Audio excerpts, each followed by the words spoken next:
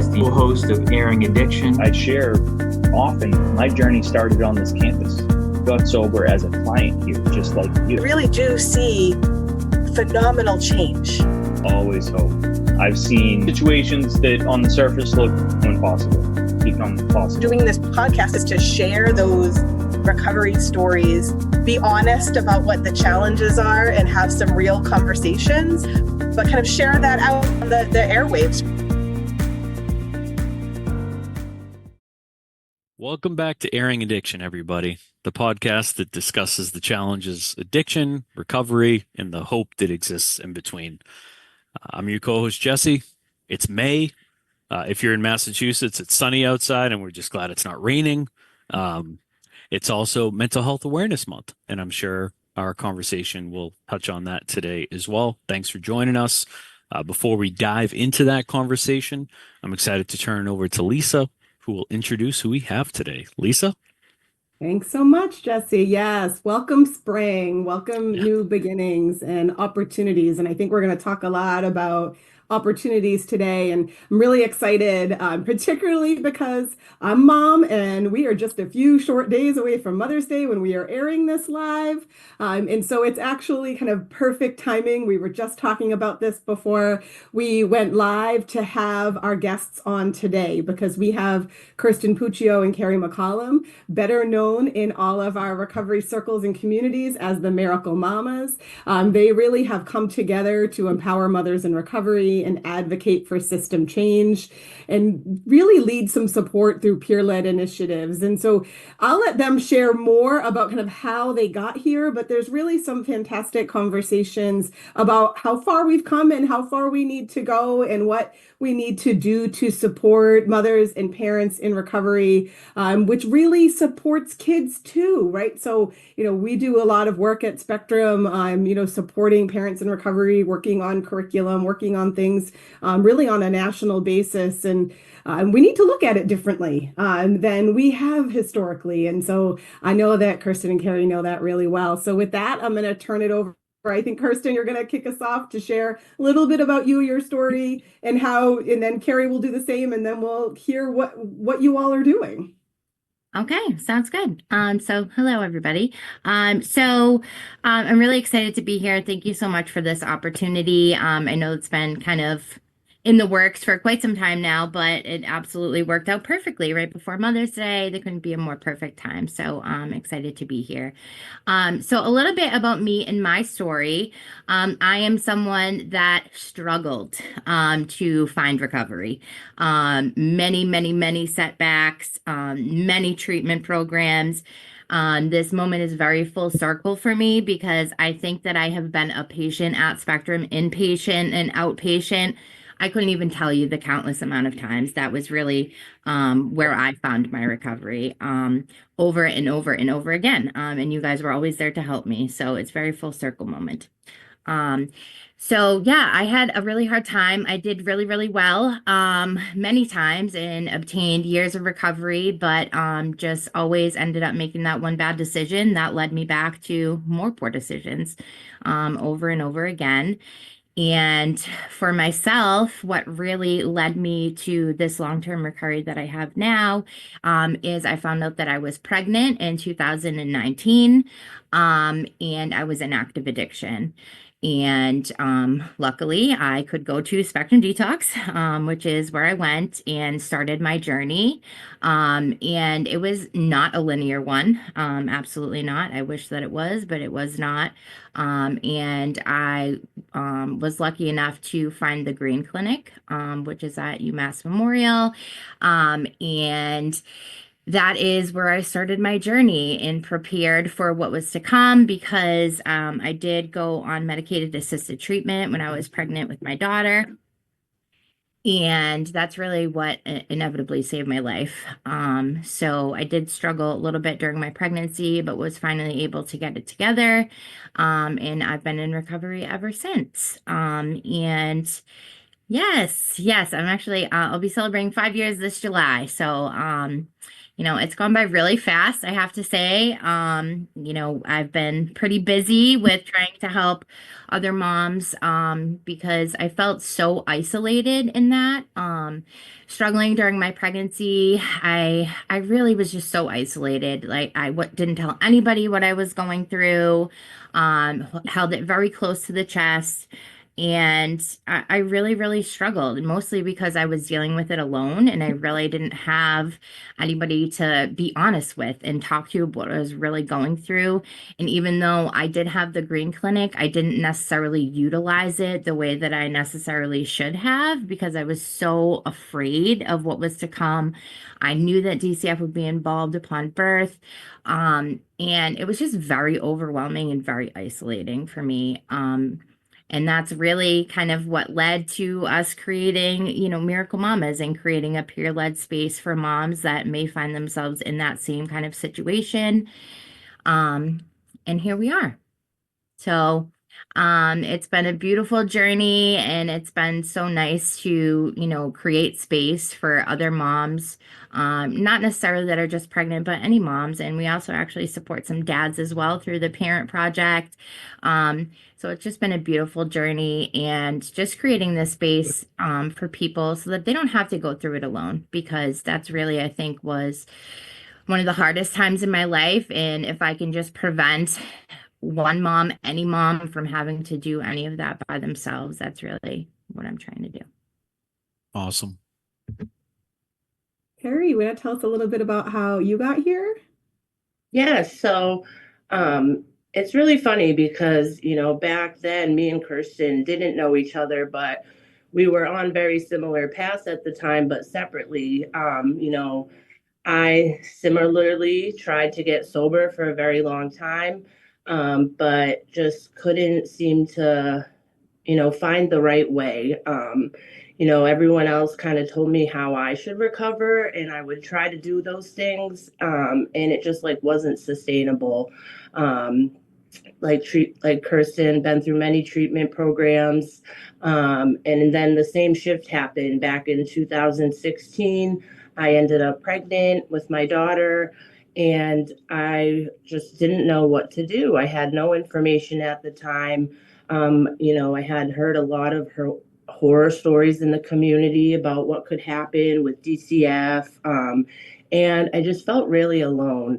Like Kirsten, I didn't share with anyone. My own family didn't know what I was going through. My parents, I was very isolated at the time.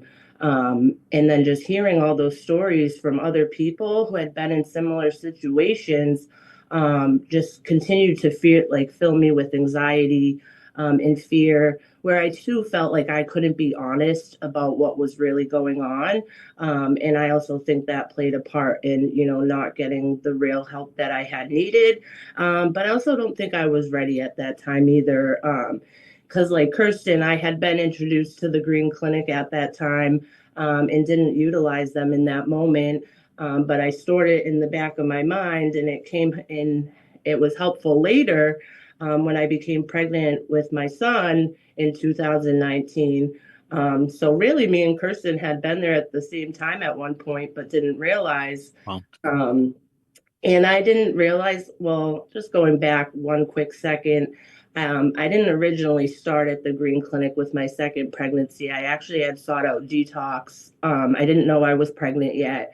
I was just kind of sick and tired with how my life was going and feeling defeated and really ready to receive some help at the time, and, made some changes in my life, because I was still fighting for my daughter, who did get removed when she was born because I was still using.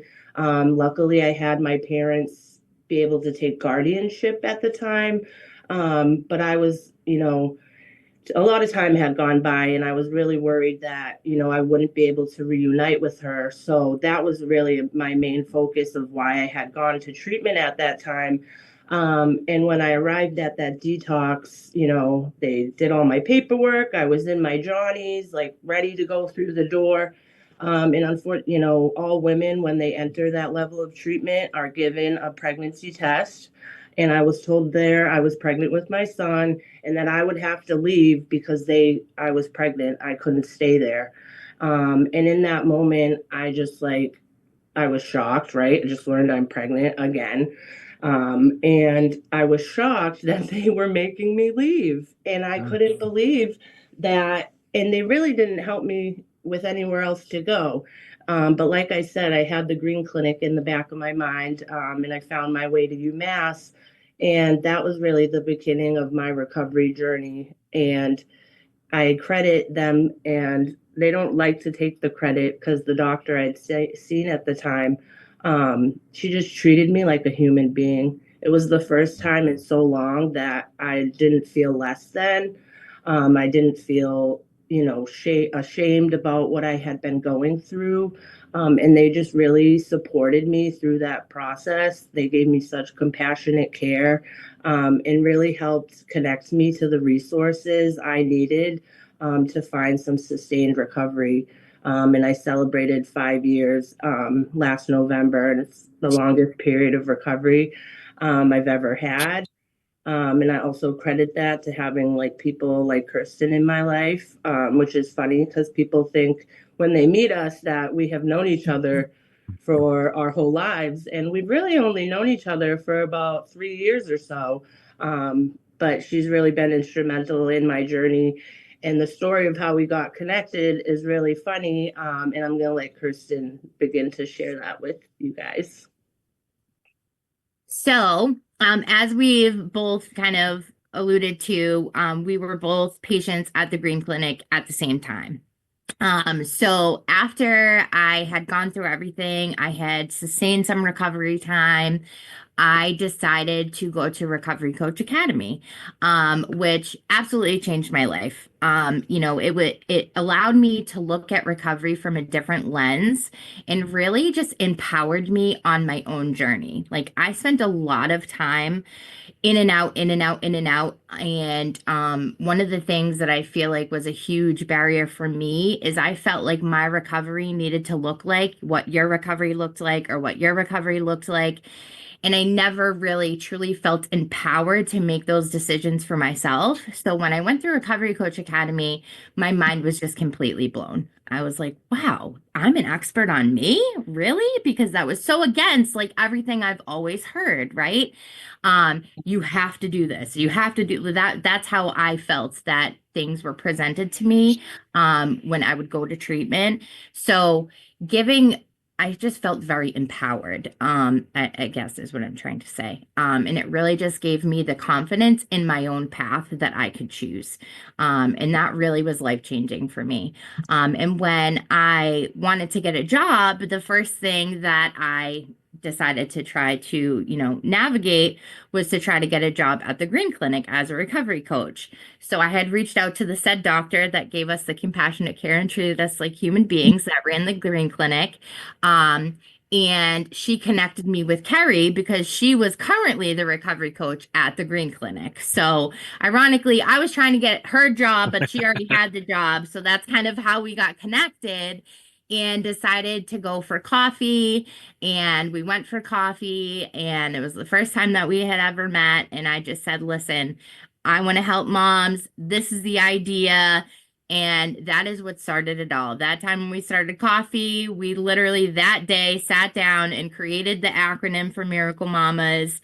And that's where it all began. And we just haven't stopped since that day. So, and I think that was about 3 years ago, I would say, that journey started, and we've pretty much been inseparable ever since. And have just been little by slow creating this space for moms, our support group, that we have weekly, which is amazing. We also do, that is just for moms, Miracle Mamas support group that is weekly at Everyday Miracles at 25 Pleasant Street in Worcester on Wednesday mornings from 10 to 11 a.m. And it's just really like a peer-led, all recovery style type of support group. And it's been a huge success. I think that in the 3 years we've been doing it, there's only been like 1 or 2 times that the group hasn't happened. So it's very consistent, and, a lot of moms show up regularly. I would say we get like between 15 and 20 people usually every week, which is It's just amazing, and we've really all been able to like develop these amazing supportive relationships in the group, and it's just a beautiful thing. And there's some people that don't come all the time anymore, but they'll come back when we do like special things. Like every once in a while we'll do like some, like this week we did like a special thing for Mother's Day and just had like breakfast treats for everybody, and we try to make it fun.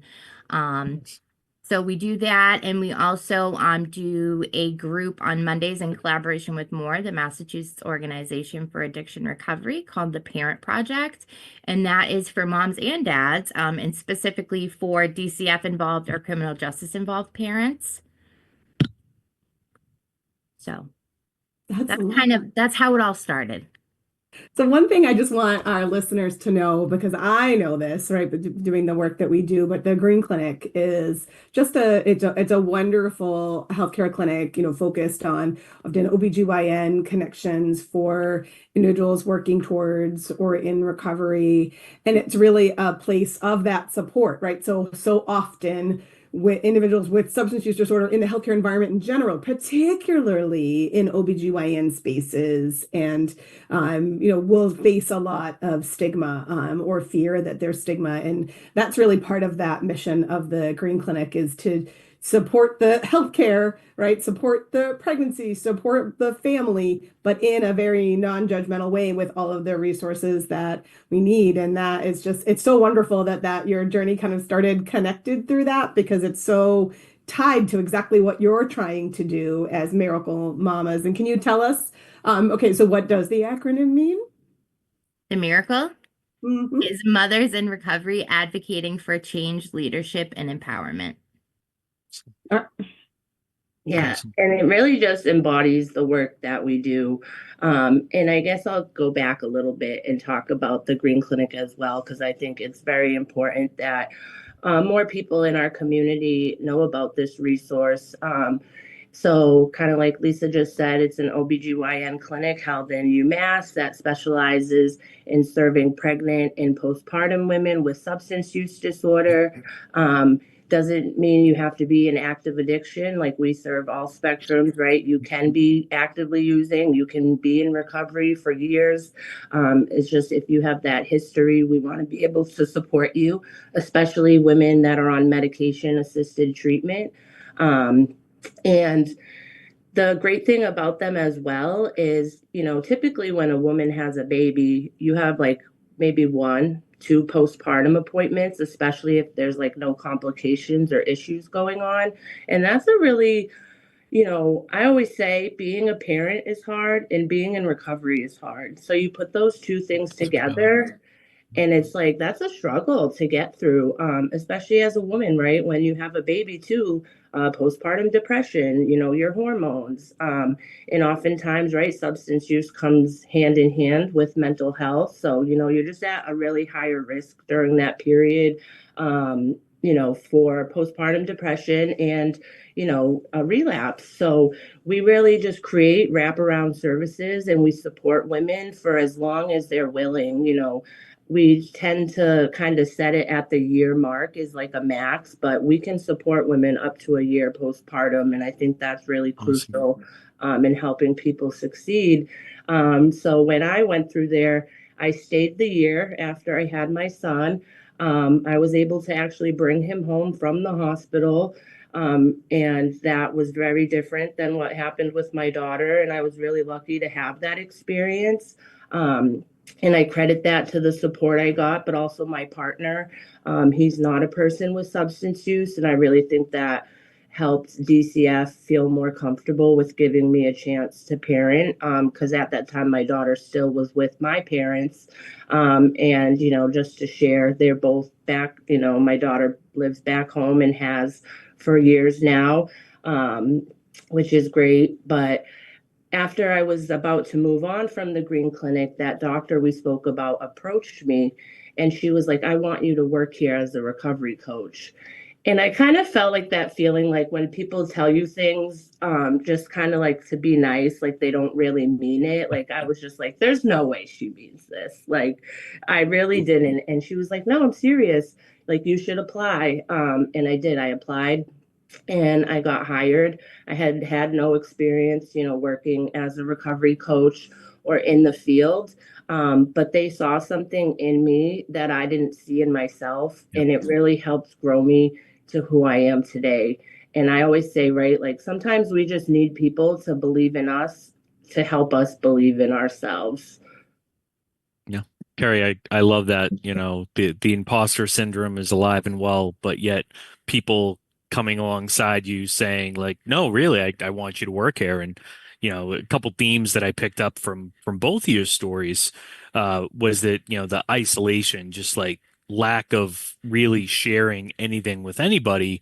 And then through this real sort of chance interaction at the Green Clinic, you guys go out for coffee, and I can only imagine it was like this really cathartic, like unloading of all these things that you had like kept close to the vest, like you were saying. Um, I wonder if you could talk a little bit about, if there's a mom listening to this, or maybe will be listening to this, that's still in that place of like, I can't possibly open up. No way. What would you say to her?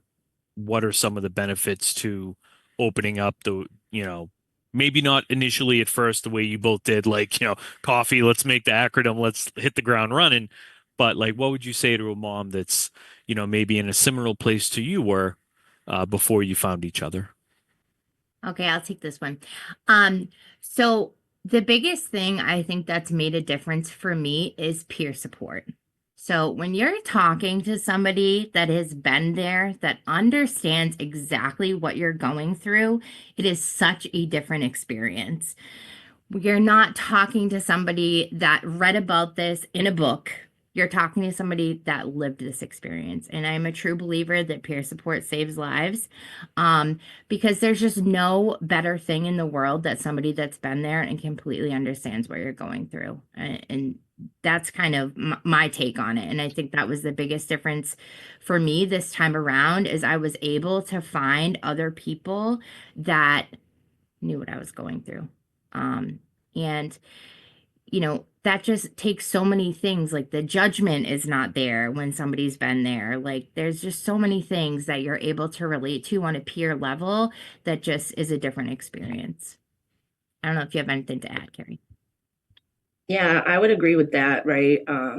I feel like when you're going through the journey of trying to get to recovery, right, you're in a lot of clinical medical spaces, and those are so needed, right? They have this like different level of education, but Kirsten's right. When you can sit down and talk to someone that has been through what you're going through, there's just a different level of trust and understanding, that, they know what they're talking about and they can relate to what you're going through. And when you've once come through a space and time of feeling so alone, right? I thought my story was so unique in that no one could ever understand what I had been through. So when you finally able to find someone that can understand that and realize you are not so alone.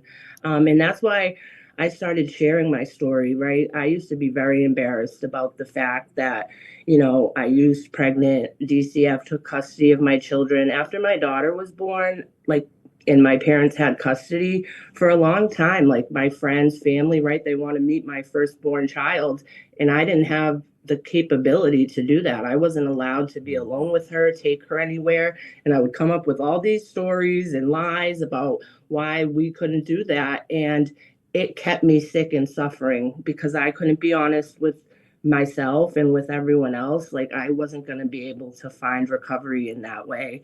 And I know sometimes it's really hard to be honest and confront what's going on. But through that long journey, I really learned that honesty is the best policy because it's how you get the help you need. And I know that a lot of women are scared of DCF and what is to come, but they're really not the enemy. I talk about my journey because, both of my children, the experience was very different. And when I did have my daughter, I was one of the people that was against DCF. It was all their fault. They're a the system's broken, and not saying that it's not, right? The system definitely needs some work. But I had made those choices to get them involved in my life. And until I got to a place where I could take responsibility and accountability for that, I wasn't able to do the work I needed to do to move forward. Because if you're doing what you're supposed to do and you're doing the right things, right, you will get to a point where you're able to reunify with your children and parent. And that's a scary process to navigate. And that's also a reason, we created Miracle Mamas, because there's a lot that is asked of you. And you definitely need some support through that process. It's definitely not a process you can do alone. Because a lot of people, right, are just trying to stop using and find recovery. But when you're a parent and, are involved with DCF, you're simultaneously having to work to either reunify, to get your children back, or work, to get your case closed with DCF. So you're kind of working on these two things at the same time. And they're both full-time jobs. And they don't always match, right? So one of the things that, being in this work for a long time, kind of the, well-intended, but sometimes misguided plans and really detailed asking for perfection plans with DCF don't actually match recovery plans, right? And hearing Kirsten talk about kind of finding your own unique pathway and that you're the expert, right? It goes completely against that. And one of the things, I wanted to say a little bit about peer support. As an organization, we have now our 5th peer recovery support center. You all run your support group at Everyday Miracles, which was one of our first. And we're adding recovery coaches in our system. And it's a shift the field needs to make and really recognize, right? Like, I'm a therapist. Jesse has the benefit of being both a therapist and have lived experience. So like, that's, he gets like a little bit of added benefit there that I don't come with. But I also recognize, like, I think that therapy is important. I think we're a medication first model. Like, let's get people feeling better. But I also think what peer support can do, which is something that I can't necessarily do, is that, bottom of the hierarchy of needs pyramid, right? That right after food, water, housing is safety and connectedness. And that doesn't come automatic. I might be real nice, right? Like, think I'm a decent therapist, but like, there's no automatic like reason for you to trust me and to feel that safety. And I loved hearing you both describe that kind of peer support model, really creating that trust and safety. Because if you don't have that, you can't do the work, right? Like, you can't work on the things that you need to work on yourself and in your environment and in your world for recovery, because that's why it's at the very bottom of the pyramid right after food, water, and housing, right? So I think that that's the perspective we need to take with peer support, is it's that important, right? It's that needs to come first. And then you can do all of the other things, right, that we expect in treatment worlds and in community and all of those things. Yeah, absolutely. And also, I just want to touch on one other thing that I think is important to bring up is the stigma that comes along with all of this, right? When we're talking about medicated assisted treatment, when we're talking about the Department of Children and Families, like the stigma that comes along with all of that, and also the misinformation that is out there about those things. That's something that I know really affected my journey. So you hear all these awful things about DCF, right? So when I was pregnant with my daughter, I truly did not think I even had a chance at bringing home my daughter from the hospital. In my head, she was already gone. So I was very like disconnected from my pregnancy in a lot of ways, like as a coping mechanism, right? Because I just didn't know it was to come, and there's so much misinformation out there. And getting advice from people in line at the methadone clinic about DCF is probably not the best way to get advice about DCF, right? But that's really all I had at that time. And really had so much misinformation and nobody to like guide me on what that really did look like, or nobody that had a positive experience to share with me that, you know what, I did this. I was on methadone. I was able to get off methadone. Like, that's not something I ever thought would be possible coming off methadone. I've been off methadone for 3 years now, like, and thriving.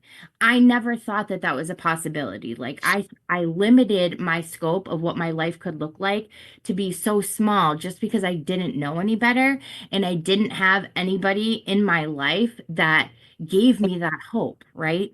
And I think that that's so important that like we talk about these things, like because I don't think they're talked about enough because there are success stories out there.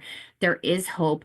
You can do this. You just need support and you need people that are there that can positively guide you so that you can be the most successful that you can be. And like everybody has the tools to do it. Just need a little bit of guidance and a little bit of support along the way. And I think one of the things that you said that really sparks for me, and Jesse mentioned at the very beginning of this podcast that it's Mental Health Awareness Month. You talked a little bit about kind of that postpartum depression and high risk for that and the needed supports there. But I think there's also the opportunity to talk about kind of how we protect ourselves. Like I think you described that really well. And often active addiction comes with trauma, or trauma is part of people's stories.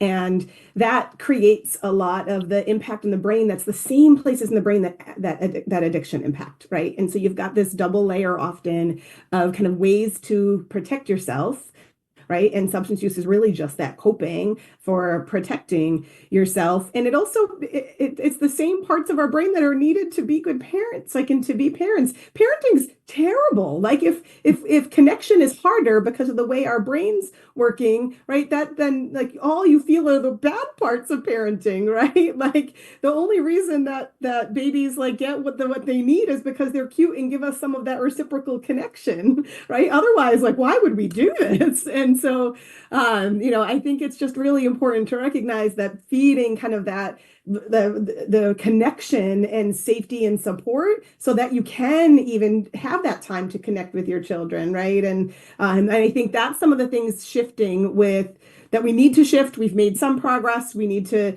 make some more of that focus on keeping parents connected to their children because that's what supports the kids really, right? And that's what supports the parents to keep doing the work to support their kids, like that reciprocal, connection. So I wonder if this is a good opportunity to shift to some of the advocacy, right? The A in Miracle is advocacy and some of the work that you all have been doing with kind of system change in DCF. And there is a huge change that happened recently in Massachusetts. And I'd love you as the experts in this to tell me what that looks like. You want to take that, Keri? Yeah, I'm glad you brought that up, Lisa. Because I, especially now, like working at the Green Clinic, it's inside UMass on Belmont Street, right? This is where, anyone within the UMass system comes to have a baby. And it just really opened my eyes to that process even more and the things women were going through. Because like I said, it's not perfect, right? There are some things that happen that should not happen. And one thing I noticed and learned about, right, was, I had known it from my personal lived experience, right? There was a law in Massachusetts, right, that a woman on medication during pregnancy, especially methadone and Suboxone, that would require an automatic 51A to be filed on the mom for abuse and neglect. And that just didn't really seem to make much sense to me because I was told by my doctor this was the safest thing, this was the best thing for me, the best thing for my baby. And now I'm being accused of abusing or neglecting my child. So there was just a real big disconnect. And especially now working there, right, I would see women with a decade of recovery, right, like fully functioning members of society, and they would have to get reported on. And I just like didn't understand why, right? I understand some women that still take medication might not exactly be doing they might still be using, or there might be other protective concerns. But I was seeing these scenarios where like there really was nothing to warrant like involving DCF in certain situations, and just the fear it created, right? Because even if women do have long-term recovery, maybe they have other children that were born, and like you spoke about the trauma, right? Even if you're doing the right thing and you've gone through that, that stays with you. And that's something I think is important to talk about. Like I've, women that have been stable on medication, trying to get off their medication because they don't want DCF in their lives, considering abortions. Like, people think this is no big deal, but like people are, thinking about making some really crazy decisions because they just are trying to avoid going through what can be a really stressful process. And a lot of people will say, oh, well, if they're doing what they're supposed to do, like, they'll screen that out, which means, DCF will look at the case and decide not to open and get involved. But, a few years ago, that didn't really happen the way it should. And advocacy is just so important, especially in like when I was pregnant with my daughter. I called it checking boxes, right? I just tried to do whatever DCF wanted me to do because I wanted my daughter back and I wanted them out of my life, even if it wasn't what was right for me in my recovery. And I quickly realized, that didn't work because I couldn't stay sober. And oftentimes, right, in the beginning of my journey, I was told, like, you have to be willing to do whatever. And I do believe that, right? Like you do need to try to do things, but if you try something and it's not working for you, I feel like you really need to be able to speak up and say, hey, this isn't working for me. This is why I'm going to try this because I think this is what's going to work for me. And I hope that you'll support me through this process. I love what you just said because it makes me think like you should be willing to do your whatever, right? Not someone else's whatever, right? And it ties directly to what I know is taught in Recovery Coach Academy of multiple pathways, right? There's not one way in, there's not one way out. And it's so individualized. And so it's just a lack of understanding, right? From DCF, even from treatment providers. Like we've made major shifts in our treatment programs to be much more patient-centered. Like, all right, what do you think you need? Like, what do you want to go to group? Do you not? Do you want to, like, how often can you get here? How often do you want to get here? Like, how can we help you develop your own pathway with our support instead of, you know what, this is the box you're going to fit in, and this is the path you're going to take, and you're going to do this thing and this thing and this thing and this thing. And, instead it's like, here are some options, right? Like, here's the evidence base for medications. Particularly in context of pregnancy, right? Like that is the gold standard, right? For keeping both, mom and baby healthy. And, even how long somebody's on it, right? So, Kirsten's story is, a taper for methadone, and somebody else's story might be long-term connection to that medication, and both are okay, right? Right. And before Kirsten adds to this, even within the recovery community, right, there's like the stigma against medication, right? When I was first on methadone, there was a lot of rooms I went into where I was told I could not speak, I could not share because I was not really sober because I was on medication assisted treatment. And to go into like different recovery rooms and areas and circles and feel that stigma, that's another isolating experience that keeps you from coming back. And that's what we want, right? People to feel like they can come into these spaces whenever they need. And that's one thing I love about Everyday Miracles and the work they do in the all recovery and the peer space.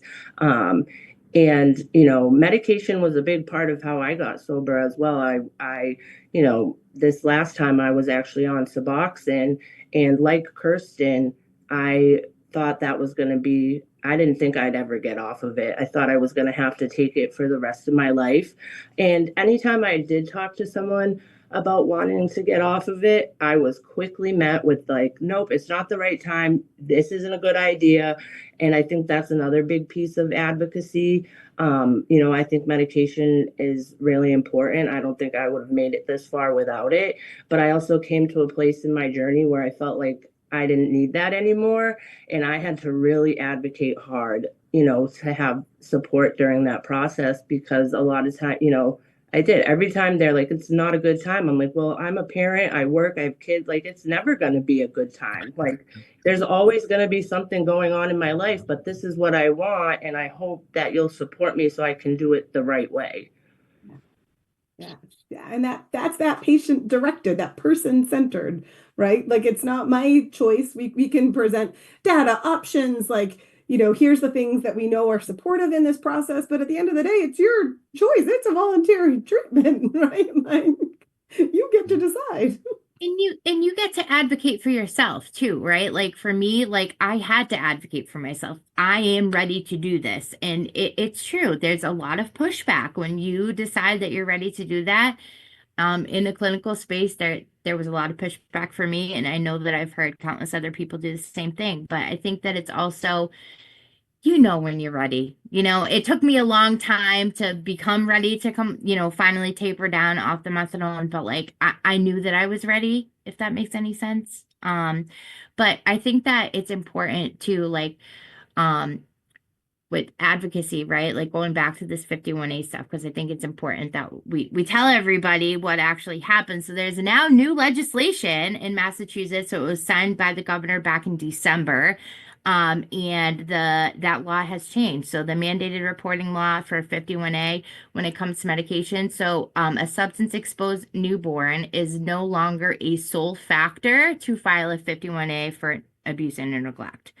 So just being on a medication is no longer, they no longer file. Now, granted, we're still in the creating guidelines process and policy process with DCF and DPH to kind of make that happen and put it into action. But this is such a huge win for the recovery community because there was so many unnecessary filings for people that have had long-term sustained recovery that were still on medications. This is just such a huge win. And I think that the real takeaway from what they're trying to do with this new legislation is really support families and not report them, which it's very exciting. We advocated very fiercely for this new legislation. We went and testified at the State House when they had the hearing for it. And it's been a long time coming, but it's very exciting. So, Yeah. Support, not report. I love it. And, I'd be remiss if I didn't mention just some themes here of, navigating this recovery. I wrote down a whole ton of notes, navigating this recovery stigma. And really, my hope is someone in recovery and in this field for a bit is that now that it takes away a little bit of that uncertainty, because that's a really conflicting place to be. And I'm taking a little liberty here because I'll never be a mom, but to, say, hey, this is the gold standard, healthy for you and your baby. And then you get somewhere and it's like you're met with a brick wall of resistance of actually it's not, and we're going to file on you. And you're going to have to jump through all these hoops. And I heard you say it, Keri, earlier, that DCF is not the enemy, right? And when you come to the realization, like kind of going back to what Lisa was talking about with the hierarchy of needs at the tippity top, self-actualization, being the person that you were intended to be. Clearly, both of you were intended to meet up and develop Miracle Mamas and just use both of your skill sets so well and uniquely. And even as we're talking here, you're like, you take that question, you take that question. It's just so evident that you were meant for this. And now to hear, Keri, you say DCF is not the enemy, they can be a support. I know plenty of moms who were involved and, have had great successes in recovery, and DCF continues to support that child with what the child needs, right? Support, not report. So if anyone's listening to this or will be listening to this, just know that things are changing. There's a lot of support out there. Um, it's good. one of the best pieces advice I ever got from anyone was to use DCF as a resource, right? And that still sticks with me today. And I truly believe I would never be where I'm at today if I did not have DCF involvement. And I think that that's something that I want to make sure that we take away from this is like, was it difficult? Yes. Was it stressful? Yes. Was it isolating? Yes. There were so many like things. But on the other side of that, like I'm about to celebrate 5 years this summer in recovery, and I have two beautiful children. That never would have been the case if things didn't go exactly the way that they did. I'm a true believer that everything happens for a reason. And I truly believe that that's what helped me build a solid foundation to be where I'm at today. Yeah, I love it, Kirsten, and I can totally identify as someone in recovery. It wasn't DCF, it was probation that was involved, and it wasn't my choice. at first to go to Spectrum because I was, stipulated there. But if it wasn't for that probation officer that I still talk to today and we share Christmas cards, shout out Veronica. At the time I didn't realize it because of course I'm just so rattled by everything going on that this just seems like a insurmountable ask, right? You want me to do what? Not use my only coping skill that I've ever had and Right. actually like face life in recovery? Ew, I'm not going to do that.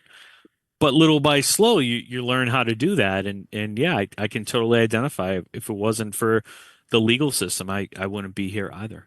Yeah. That shift from that black and white perspective, right? Not all moms on medication aren't doing well, right? So there's the legislation. Not all DCF involvement is bad, right? Like it's that like nuance of, it's not like all bad or all good, right? There's opportunities to continue to improve, to change legislation, to impact lives, to provide education, like that's continuous, right? And having peers do a lot of that education, I think matters even more, than anything else. I do want to make sure I make some space before we wrap up for one of the things you all wanted to talk about today, which is the Families Recover Together. Do you want to share a little bit about what that is? Sure. You and me. So okay, I guess I'll go. So we had our first recovery month event this past September, Families Recover Together, 2024. And it was an awesome event. So we collaborated with Everyday Miracles Peer Recovery Support Center, and we had a whole fun day for families in Worcester at Fuller Family Park. And it was just such an awesome day. We had some recovery speakers. We had so many kids' activities, which was just so fun. Like we had tie-dye. We had like a little mobile playground that came from a local nonprofit that sets up like a mobile playground. So they had all sorts of sensory activities for the kids and coloring and all kinds of stuff like that. And it was just a really wonderful day, and we're just really excited to do it again this year. And hopefully it will grow a little bit. We had an ice cream truck, food. It was just a really awesome day. We had so much fun with all the families that we support in the recovery community, and it was amazing. So we're really looking forward to doing that again this year. So I'm sure folks can follow Awesome. Miracle Mamas, can follow Everyday Miracles if you want just kind of updates on the days and times as we get to that. And I think that's, I welcome any other comments, but I think that opportunity to celebrate families is a great way to finish this episode, right? So we want to celebrate families, celebrate moms. Happy Mother's Day to both of you. Mother's Day. It's You really too. wonderful. Yeah, and we just want to thank, I just want to thank Spectrum and Everyday Miracles because they've been so instrumental in my recovery journey personally, but also in our journey as Miracle Mamas. We've kind of been slowly growing this organically, and it's not easy, right? We're experts in recovery and helping people, but the whole nonprofit aspect of things is something we're new to and learning as we go. But we were awarded the community impact grant through Spectrum. It was like the first money we ever really got. And it's just been really instrumental in helping us grow Miracle Mamas and, giving us the confidence to keep doing this work and keep pushing forward. And we just really appreciate all the support from the organization and the community. So great. It always makes me so happy to hear from folks that have been impacted by this, right? This was started by, our board really, as a nonprofit, but a nonprofit who's been doing it for 55 years is in a different place than a nonprofit who's just starting out. And, we really feel that that's part of our mission. Obviously, our treatment programs, our services, our peer support, all of the work that we're doing is important. But how can we elevate, other nonprofits, particularly other nonprofits run with lived experience, right, is really important to us as an organization. So we're really just proud to have partnered with you and look forward to opportunities to keep doing that. Yes, absolutely. All right. All right. Well, Thank you so much. Jesse, you want to wrap this up? Yeah, thank you both. Happy Mother's Day to everybody out there. Thank you for listening to this. If you listen live or soon to be live, I hope you have a great rest of May and come on back, like us, follow us, all that fun stuff, subscribe, check out all the other episodes. I was thinking just today, I've been doing this with Lisa now for at least 2 years, coming up on 3. I lost track, but there's so many great episodes out there and so many great ones to come. Until next time, thank you, everybody. Thank you. Thank you. Thank you both so Bye. much.